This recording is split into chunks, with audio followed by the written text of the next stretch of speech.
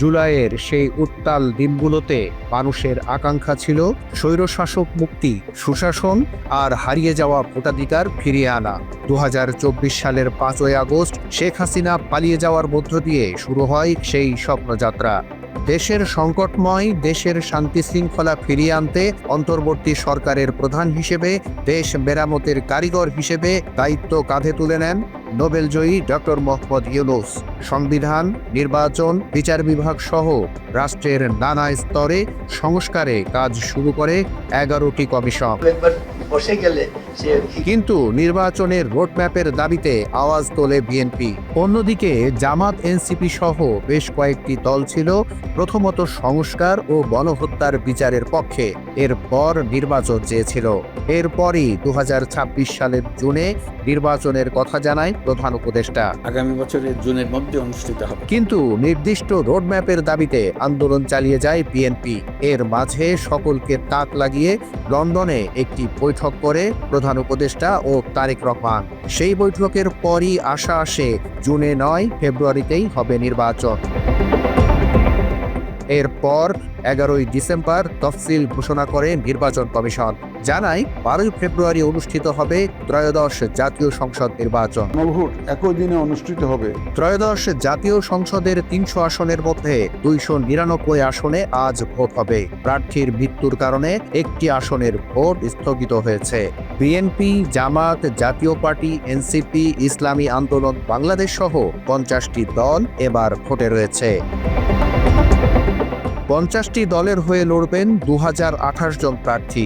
এর মধ্যে স্বতন্ত্র 273 জন, দলীয় 1755 জন। এর মধ্যে নারী প্রার্থী 83 জন। এবারের নির্বাচনে মোট ভোটারের সংখ্যা 12,77,11,700 বেশি, যেখানে পুরুষ ভোটারের সংখ্যা 6,48,25,000 বেশি।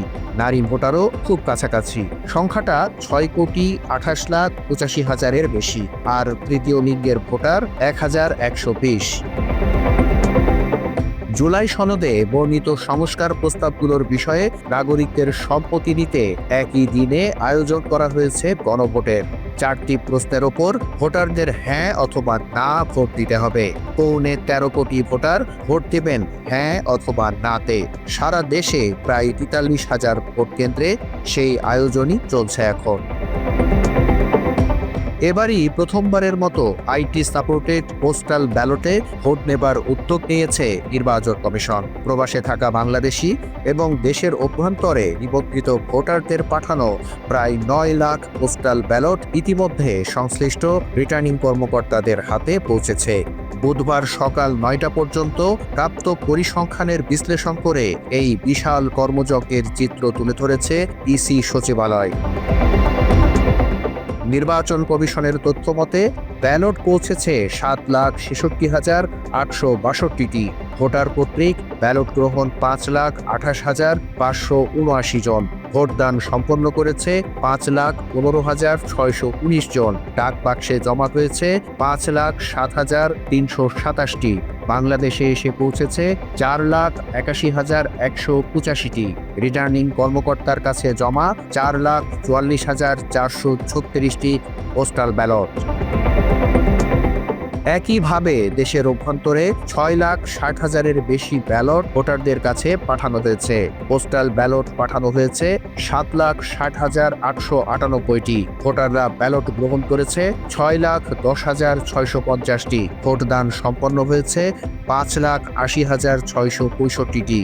পোস্ট অফিসে জমা পড়েছে 5,61,139টি। রিটার্নিং কর্মকর্তা কর্তৃক গ্রহণ করেছে 4,38,951টি পোস্টাল ব্যালট।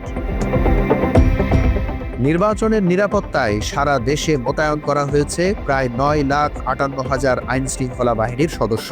পাশাপাশি দায়িত্ব পালন করছেন প্রায় 2,100 জন নির্বাহী ম্যাজিস্ট্রেট ও 657 জন বিচারিক ম্যাজিস্ট্রেট।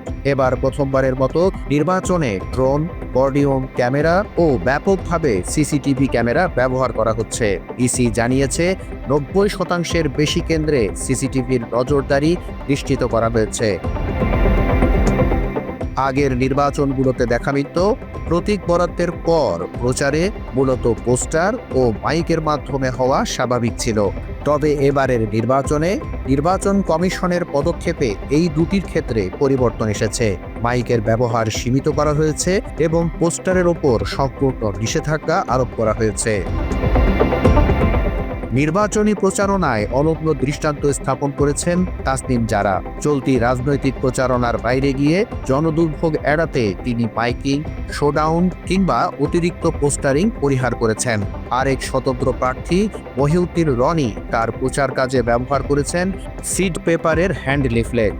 এই সিড পেপারে নিজের প্রচারপত্র থাকার পাশাপাশি এর মাধ্যমে একাধিক মৌসুমি ফলের বীজ রয়েছে। এই নিয়ে বিএনপি প্রচারণার কাজে বন কাগজ ব্যবহার করছে। বিশেষ করে দলটির চেয়ারম্যান তারেক রহমান নির্বাচনী প্রচারের জন্য বন কাগজের তৈরি পরিবেশ বান্ধব প্রচার কার্ড ও লিফলেটের জন্য আগ্রহ প্রকাশ করলে অর্ডার করা হয়। তারেক রহমানের নির্বাচনী এলাকা বগুড়া 6 ও ঢাকা 17 আসনে বন কাগজের তৈরি লিফলেট ছড়িয়ে পড়লে বিভিন্ন রাজনৈতিক দলের নেতা ও প্রার্থীরা হুমড়ি খেয়ে পড়েন বন কাগজের প্রচার কার্ডের জন্য।